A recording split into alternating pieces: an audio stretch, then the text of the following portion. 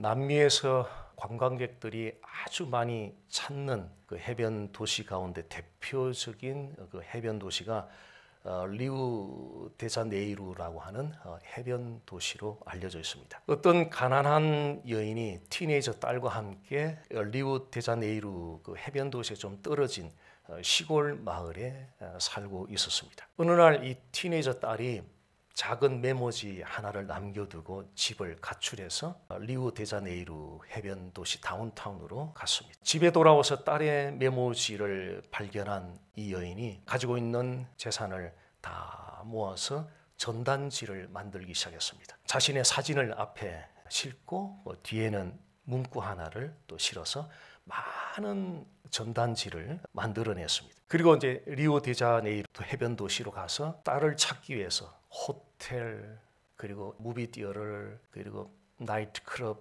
딸이 있을 만한 곳이라는 곳은 다 다니면서 붙여놨어요. 자신의 얼굴이 실린 그 전단지를 다 붙여놨습니다. 어느 날 이 딸이 호텔 방에서 나와서 호텔 라비로 계단을 이렇게 걸어 내려오는데 그 계단에 큰 거울이 있었던가 봐요. 거울에 탁 보는데 왜 낯선 얼굴이 있네요. 그 자기 엄마예요. 너무 깜짝 놀래가지고 그 전단지를 빼서 뒤를 보니까 이런 문구가 써 있어요. I don't care what you have become. 나는 내가 어떤 사람이 되어 있든지 엄마는 상관 않겠다. I don't care what you have done. 너가 지금까지 무슨 일을 저지르고 다녔는지 엄마는 I don't care. 나 전혀 상관하지 않겠다. Please come home. 제발 집으로 돌아와다오.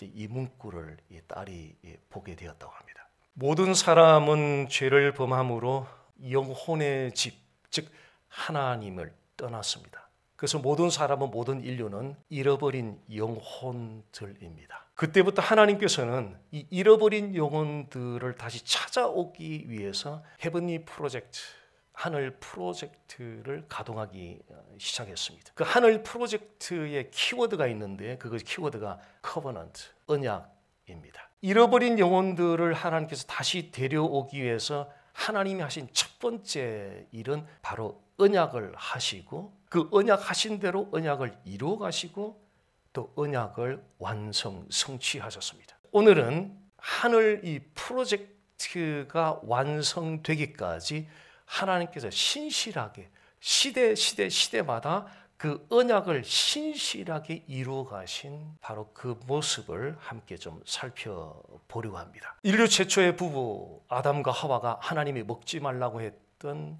선악을 알게 하는 나무의 열매를 먹음으로 죄가 세상에 들어왔습니다. 모든 사람들에게 죄가 들어와서 그 모든 사람들은 영혼의 집인 그 하나님을 떠나는 잃어버린 영혼들이 되었습니다. 이 잃어버린 영혼들을 다시 찾기 위해서 하나님은 계시하신 것이 바로 언약을 계시하셨는데, 그 첫 번째 하나님이 계시하셨던 그 언약이 오리지널 가스펠 원복음이라는 창세기 3장 15절의 말씀입니다. 함께 보겠습니다. 내가 너로 여자와 원수가 되게 하고 내 후손도 여자의 후손과 원수가 되게 하리니 여자의 후손은 내 머리를 상하게 할 것이요 너는 그의 발꿈치를 상하게 할 것이니라 하시고, 너는 하는 그 너는 뱀을 가리키는데 사탄을 상징하죠. 여자의 후손은 죄를 범한 인류를 구원하기 위해서 오시는 메시아 예수 그리스도를 가리킵니다. 여자의 후손으로 오시는 바로 메시아, 바로 예수 그리스도는 뱀의 머리, 즉 사단의 머리를 상하게 할 것이고, 뱀은, 사탄은 여자의 후손 메시아 예수 그리스도의 발꿈치를 상하게 할 것이라는 말씀을 하나님께서 하셨습니다. 자, 이 언약은 예수님께서 십자가에 못 박혀 죽으시고 다시 부활하심으로 성취가 되었습니다. 예수님께서는 십자가에 못 박혀 죽으시면서 사단의 발꿈치를 상하게 하는 빅 데미지는 아닌 살짝 데미지를 받았습니다. 왜냐하면 예수님은 죽으신 지 3일 만에 다시 부활하셨기 때문에 예수님의 십자가의 죽음은 가벼운 데미지에 지나지 않았습니다. 그러나 예수님은 십자가에 못 박혀 죽으시고 부활하심으로 사단을 상징하는 뱀의 머리를, 아주 치명적인 장소죠. 머리가 뱀의 머리를 상하게 함으로 치명적인 데미지를 사단에게 입히고 최종적인 궁극적인 승리를 예수님께서 하셨습니다. 자, 하나님께서 잃어버린 영혼들을 다시 되찾기 위해서 헤브니 프로젝트를 가동시켰는데, 그 헤브니 프로젝트를 가동시키기 위해서 하나님이 하신 그 첫 번째 언약은 바로 오리지널 가스펠, 바로 원복음인데, 그 원복음은 여자의 후손으로 오시는 메시아 예수 그리스도입니다. 이어서 창세기 9장 11절 13절 말씀 보겠습니다. 내가 너희와 언약을 세우리니 다시는 모든 생물을 홍수로 멸하지 아니할 것이라. 땅을 멸할 홍수가 다시 있지 아니하리라. 내가 내 무지개를 구름 속에 두었나니 이것이 나와 세상 사이의 언약의 증거니라. 노아 시대의 사람들의 죄악이 온 세상을 가득 채울 만큼 너무너무 많은 죄를 범하고 있었습니다. 하나님이 사람들의 그 죄악을 보시고 진노하셨죠. 그리고 노아와 가족, 그리고 일부 가축을 제외하고는 홍수로 전 세계를 다 심판하셨습니다. 홍수 심판이 끝난 다음에 하나님께서 노아와 맺은 언약이 있는데, 그 언약은 무지개를 증표로 다시는 이 홍수로 세상을 심판하지 않겠다라는 언약을 하나님께서 하셨습니다. 자, 여기서 우리 질문 하나 좀 제기를 해볼 만한데요. 왜 하나님은 온 세상을 다 홍수로 심판하는 가운데 왜 노아와 그 가족들만 살려주셨을까? 단순히 그들이 의로운 사람들이었기 때문에 그럴까라는 질문을 던져보죠. 왜 하나님은 노아와 그 가족들을 살려두었을까? 그 이유는 노아 개인적인 의로움도 물론 포함이 되겠죠. 부분적으로는 가장 중요한 이유는 창세기 3장 15절에 하나님이 여자의 후손을 언약하셨거든요. 여자의 후손 메시아 예수 그리스도가 오기 위해서는 노아와 그 가족이 살아야 그 혈통을 타고 나중에 때가 될 때에 여자의 후손 메시아 예수 그리스도가 오실 것이기 때문에 하나님이 처음 언약한 오리지널 가스펠 원복음을 성취하기 위해서 하나님은 노아와 그 가족들을 홍수 심판 가운데서도 생존케 해주셨던 것입니다. 하늘 프로젝트를 가동하기 위해서 하나님 아버지께서 계시하신 두 번째 언약은 여자의 후손으로 오시는 메시아 예수 그리스도가 오시는 그 혈통을 유지하기 위해서 노아를 생존케 하시고 다시는 큰 홍수로 이 땅을, 세상을 멸하지 않겠다고 한 노아 언약입니다. 자, 첫 번째 언약은 원복음이었고 두 번째 언약은 노아 언약입니다. 창세기 12장 1절 2절 말씀 보겠습니다. 여호와께서 아브라함에게 이르시되 너는 너의 고향과 친척과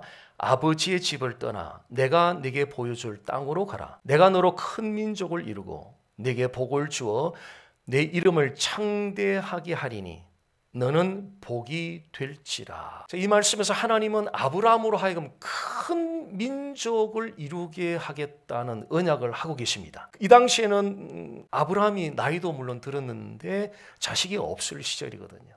그러니까 자식은 없는데 큰 민족을 이루리라는 말씀을 하시니까 아마 아브라함 입장엔 도저히 믿을 수 없는 그런 말씀이었을 것입니다. 그래서 아브라함으로 하여금 큰 민족을 이루게 하겠다는 이 하나님의 언약이 무엇을 의미하는지를 한번 확인해 보겠습니다. 갈라디아서 3장 16절 말씀입니다. 이 약속들은 아브라함과 그 자손에게 말씀하신 것인데 여럿을 가리켜 그 자손들이라 하지 아니하시고 오직 한 사람을 가리켜 내 자손이라 하셨으니 곧 그리스도라. 그러니까 아브라함으로 하여금 큰 민족을 이루게 하겠다는 하나님의 이 언약은 결국 아브라함을 통해서 오는 자손을 통해서 이루어질 일에 대해서 말씀하고 있거든요. 그런데 갈라디아서 3장 16절은 아브라함의 자손들 여러 자손들을 두고 그 자손이라 하지 않고 여러 자손들을 통해서 큰 민족을 이루겠다고 말씀하지 않고 하나님은 아브라함의 많은 자손들 가운데 유일한 한 사람을 통해서 큰 민족을 이루겠다고 말씀하고 있는데요.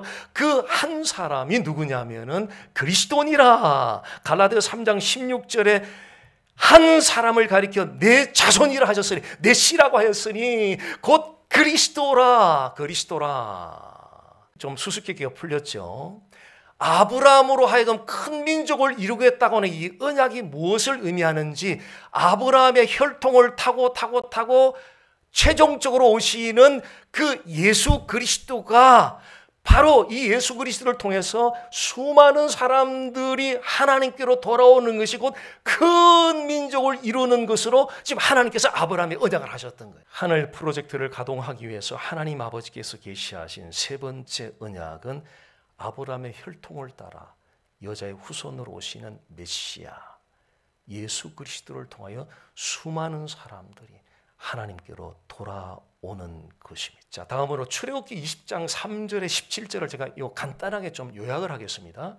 여기에는 무슨 내용이 있느냐면 Ten Commandments, 10계명이 있습니다. 자, 요약을 해보면요, 하나님 외에는 다른 신을 섬기지 말라는 것이고, 또 아무 형상도 만들지 말라는 것이고, 하나님의 이름을 망령되이 부르지 말라는 것이고, 안식일을 거룩하게 지키라는 것이고, 부모를 공경하고 살인하지 말고, 간음하지 말고, 도둑질하지 말고, 거짓 증거하지 말고, 탐내지 말라는, 자, 이런 10계명의 내용들이 출애굽기 20장 3절에서 17절까지 기록이 되어 있습니다. 자, 한 가지 질문 또 제기되죠. 자, 하나님께서 모세를 통해서 이스라엘 백성들에게 이 10계명을 주셨는데, 율법을 주셨는데, 율법을 받은 이스라엘 백성들이 얼마나 잘 지켰을까 궁금하죠. 결과는 이스라엘 백성들이 율법을 지키는 데 있어서 반복적으로 실패를 했다는 것입니다. 왜냐하면 하나님은 율법을 지키는 데 있어서 행위만 보는 것이 아니고 그 마음의 동기까지도 보시기 때문에 이스라엘 백성들은 이 율법을 온전하게 그들은 지키지 못했습니다. 반복적으로 그들은 실패하게 되었습니다. 행위뿐만 아니라 마음의 동기까지도 율법을 완벽하게 지켜낼 사람은 지구촌 가운데 단 한 사람도 존재하지 않습니다. 질문이 생기지요. 그러면 하나님은 왜 율법을 주셨을까? 어차피 지키지도 못할 율법인데 왜 지키라고 왜 주셨을까? 질문이 생깁니다. 로마서 3장 20절 보겠습니다. 그러므로 율법의 행위로 그의 앞에 의롭다 하심을 얻을 육체가 없나니 율법으로는 죄를 깨달음이니라. 로마서 3장 20절은 정확하게 하나님이 법을 왜 주셨는지, 하나님이 법을 주신 것은 궁극적으로는 완벽하게 지켜내라고 주신 것이 아니라 다른 목적이 있네요. 로마서 3장 20절 보니까 율법으로 뭐 하라고요? 죄를 깨달으라고. 자, 누군가가 스피드 리밋이 없는 도로를 100마일로 운전해 간다고 가정을 해보세요. 그거 길티인가요? 낫 길티인가요? 스피드 리밋이 없는데 100마일로 막 달려요. 그럼 길티, 낫 길티? 낫 길티야. 아마 그런데 폴리스가 티켓을 주면 원래 우리는 폴리스를 더 법원에 세울 수도 있겠죠. 낫 길티예요. 법이 정해져 있지 않기 때문에. 그런데 스피드 리밋이 분명히 50으로 돼 있는데 100마일을 달린다. 그건 길티예요, 낫 길티예요? 길티예요. 근데 100마일로 막 달려가는데 사인판이 스피드 리밋 해가지고 50로 나와 있어요. 그러면 우리 반응이 어때요? 뜰끔하는 거죠. 오, 내가 법을 어겼네. 뜰끔하는 거예요. 깨닫는 거예요. 내가 법을 어겼네. 깨닫는 거예요. 하나님이 율법을 주신 목적이 그와 같다는 거예요. 법이 있으니까 법을 어겼을 때에 내가 법을 어겼구나. 내가 길치구나. 죄인이구나. 죄를 지었구나 라는 사실을 깨닫게 된다는 것입니다. 우리는 아무리 율법을 지키려고 노력해도 지킬 수 없는 우리 자신을 발견하고 절망을 하거든요. 바로 하나님이 율법을 주신 목적은 바로 여기 있다는 거예요. 율법을 주신 목적은 하나님이 보고 싶은 것은 완벽하게 율법을 탁 지킨 그 righteous person, 의로운 사람을 보고 싶은 것이 아니라 율법을 보면서 계속 지키려고 하다가 반복적으로 실패하는 자신을 보고 나는 안 되는구나, 절망하는 그 모습을 하나님 보고 싶다는 거죠. 율법을 주신 목적이 바로 거기 있다는 거죠. 죄를 깨닫게 함이라. 자, 그 다음에 절망하면 어떻게 됩니까? 이 땅에 오셔서 법을 완벽하게 지켜내고 그를 믿는 자들에게 그 법을 지킬 수 있는 힘과 능력을 제공하는 그 주 예수 그리스도를 바라보게 하는 것이 하나님이 율법을 주신 목적이다.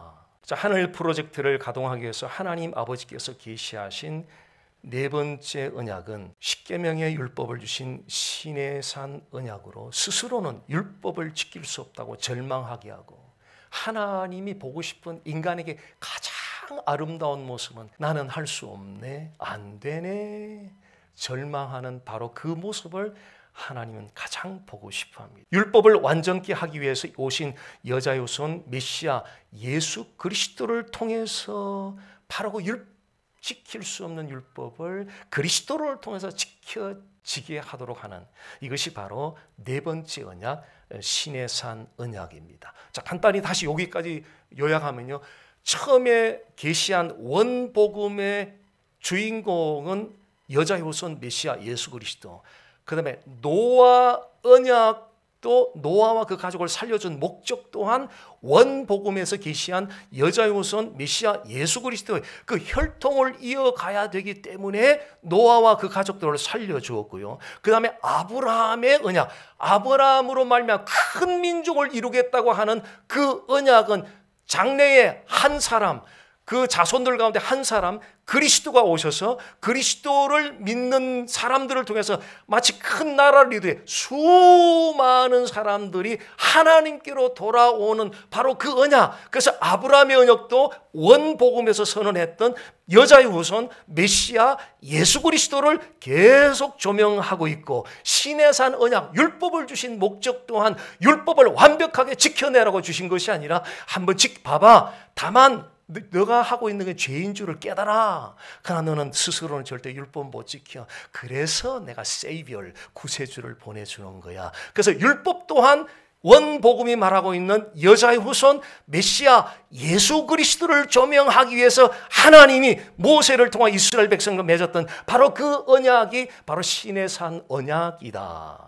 사무엘하 7장 12절 13절 보겠습니다. 내 수완이 차서 내 조상들과 함께 누울 때에 내가 내 몸에서 날 내 씨를 내 뒤에 세워 그의 나라를 견고하게 하리라. 그는 내 이름을 위하여 집을 건축할 것이요 나는 그의 나라 왕위를 영원히 견고하게 하리라. 하나님께서 나단 선지자를 통하여 다윗 왕과 맺은 언약입니다. 내 몸에서 날 내 씨라고 그러는데요, 자손 아들을 말하는 거죠. 1차적으로는 솔로몬 왕을 가리킵니다. 하나님이 1차적으로 다윗의 아들 솔로몬을 통해 솔로몬 성전을 건축하게 하고 그가 다스리는 이스라엘 나라를 영원토록 견고하게 하겠다는 그 말씀을 하셨는데, 이 언약에 궁극적인 의미가 있습니다. 단순히 이스라엘 나라를 영원히 견고하겠다는 그런 의미는 아니고요, 궁극적인 의미가 있는데 이것이 무슨 의미인지 확인해 보겠습니다. 누가복음 1장 31절 33절입니다. 보라, 내가 잉태하여 아들을 낳으리니 그 이름을 예수라 하라. 그가 큰 자가 되고 지극히 높으신 이의 아들이라 일컬어질 것이요 주 하나님께서 그 조상 다윗의 왕위를 그에게 주시리니. 주 하나님께서 그 조상 다윗의 왕위를 누구에게? 아기 예수님에게 주시리니 영원히 야곱의 집을 왕으로 다스리실 것이며 그 나라가 무궁하리라. 아기 예수님의 탄생을 예고하는 말씀입니다. 하나님께서 다윗의 왕위를 아기 예수님에게 주리라고 말씀하고 있습니다. 그 아기 예수님이 왕으로서 영원히 다스린다는 거죠. 그 아기 예수님이 왕으로서 영원히 다스리는 바로 그 나라, 킹덤 오브 갓, 바로 그 하나님 나라가 영원 무궁하리라는 바로 이 말씀이 하나님께서 나단 선지자를 통하여 다윗에게 말씀하신 바로 이 언약의 의미입니다. 하늘 프로젝트를 가동하기 위해서 하나님 아버지께서 계시하신 5번째 언약은 다윗의 몸에서 날 아들을 통해서 그의 왕위를 계승하게 하고 그가 다스리는 나라는 영원히 견고하게 되리라는 이 다윗 언약으로 결국 여자의 후손으로 오시는 메시아 예수 그리스도의 통치를 통해서 그 킹덤이, 그 나라가, 그 하나님 나라 영원히 무궁하리라는 바로 그 말씀에 대한 예표입니다. 마지막으로 예레미야 31장 말씀 보겠습니다. 여호와의 말씀이니라. 보라, 날이 이르리니 내가 이스라엘 집과 유다 집에 새 언약을 맺으리라. 이 언약은 내가 그들의 조상들의 손을 잡고 애굽 땅에서 인도하여 내던 날에 맺은 것과 같이 아니할 것은 내가 그들의 남편이 되었어도 그들이 내 언약을 깨뜨렸습니다. 여호와의 말씀이니라. 그러나 그날 후에 내가 이스라엘 집과 맺을 언약은 이러하니 곧 내가 나의 법을 그들 속에 두며 그들의 마음에 기록하여 나는 그들의 하나님이 되고 그들은 내 백성이 될 것이라. 여호와의 말씀이니라. 하나님께서 이스라엘 백성들과 함께 맺은 바로 이 새 언약을 말씀하고 있습니다. 이 새 언약은 이스라엘 백성들이 출애굽하고 나와서 그 시내산 기슭에서 맺었던 그 시내산 언약, 즉 쉽게 말하면 율법을 받았던 시내산 언약과 다른 차원이 있습니다. 왜냐하면 이스라엘 백성들이 그 율법을 지키지 못했거든요. 반복적으로 지키지 못했어요. 시내산 언약은 돌판에 새겼지만 이 새 언약은 마음에 새겨서 이 하나님이 바로 너희들이 하나님이 되고 너희들은 이 하나님의 백성이 되리라는 시내산 언약은 돌판에 새겼지만 새 언약은 바로 마음에 새겨지는 언약입니다. 자, 오늘날에 그리스도인들 마음에 새겨진 바로 그 하나님, 우리 신앙 고백하는 바로 그 하나님은 성령님께서 깨닫게 해주시고 이분이 내 하나님이야. 잘 봐.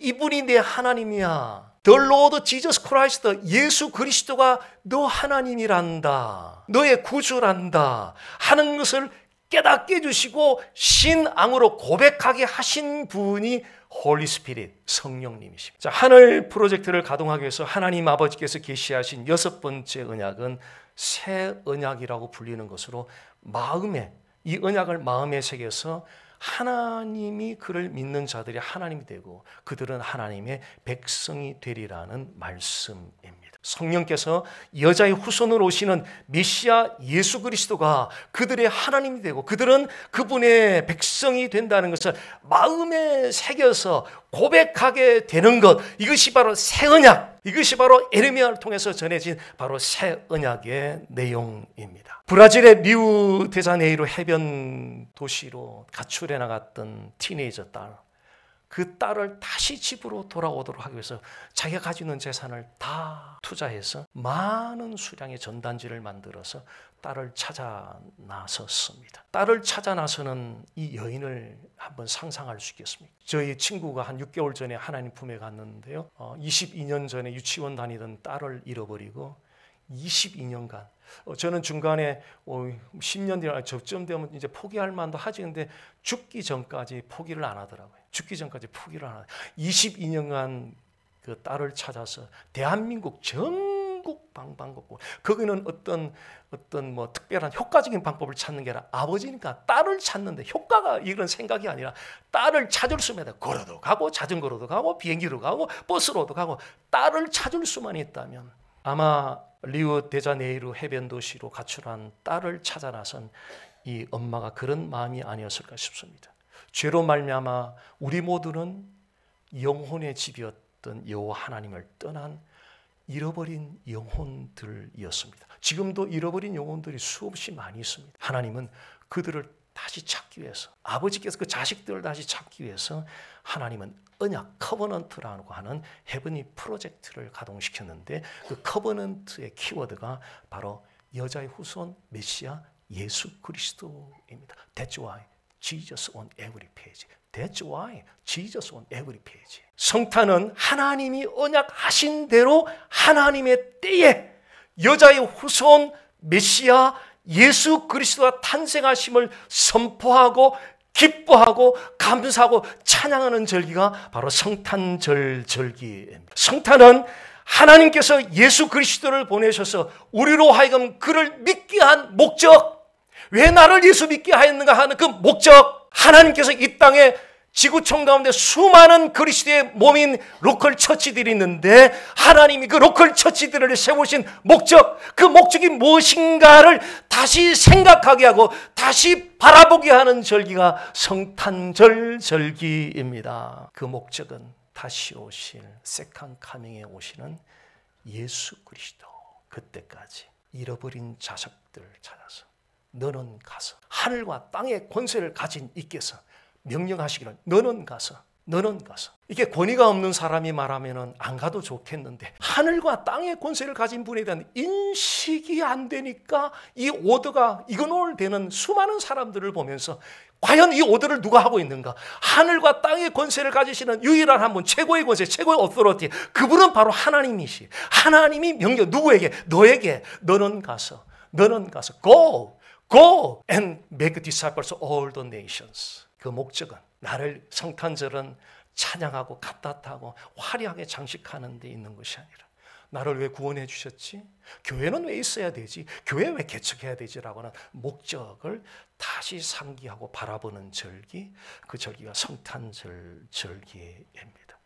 화려한 장식, 음악, 행사, 분위기와 함께 누리는 성탄의 기쁨보다 잃어버린 영혼들이 다시 돌아오는 그 감격, 그 감격이 성탄의 최고의 기쁨이 되기를 바라면서 그렇게 성탄절을 맞이해보고 한 해 정도는 모든 교회들이, 우리 슈퍼처치들이 모든 행사를 스탑하고 전도만 해서 전도 보고대회를 하는 그런 성탄주일이 들어질 수는 없을까? 저는 항상 그런 꿈을 꾸기도 합니다. 모든 것은 다 있는데 한 가지만 없는 것, 잃어버린 영혼을 찾아오는 전도만은 빠져있는 성탄절의 분위기 보면서 오늘 성탄의 최고의 기쁨은 그분이 우리에게 바라보고 있는 목적, 그것은 바로 잃어버린 영혼들이 가는 거예요. 여기는 많은 탁상 공론이 필요한 것이 아니고 많은 세련된 생각이 필요한 것이, 비즈니스는 효과를 찾는 것이 아니라 그냥 가는 거. 너는 가서, 너는 가서. 안 가는 것이 우리의 고민, 하나님의 고민이 아닐까. 너는 가서 그 잃어버린 영혼들에 가서 나눠준다면 됐지. 그들이 오고 오지 않는 것은 하나님의 주권에 속한 일이기 때문에 하나님 우리가 순종하는 그 자체로 이미 영광받았. 우리의 목적은 그분의 영광이 있기 때문에 순종 자체가 이미 우리의 목적이 되었기 때문에 결과는 그분의 몫이기 때문에 충분히 우리는 자유할 수 있고 기뻐할 수 있고 즐거워할 수 있다. 이런 성탄의 축복과 감격과 기쁨이 우리 모두와 함께하기를 주 예수님의 이름으로 축원합니다.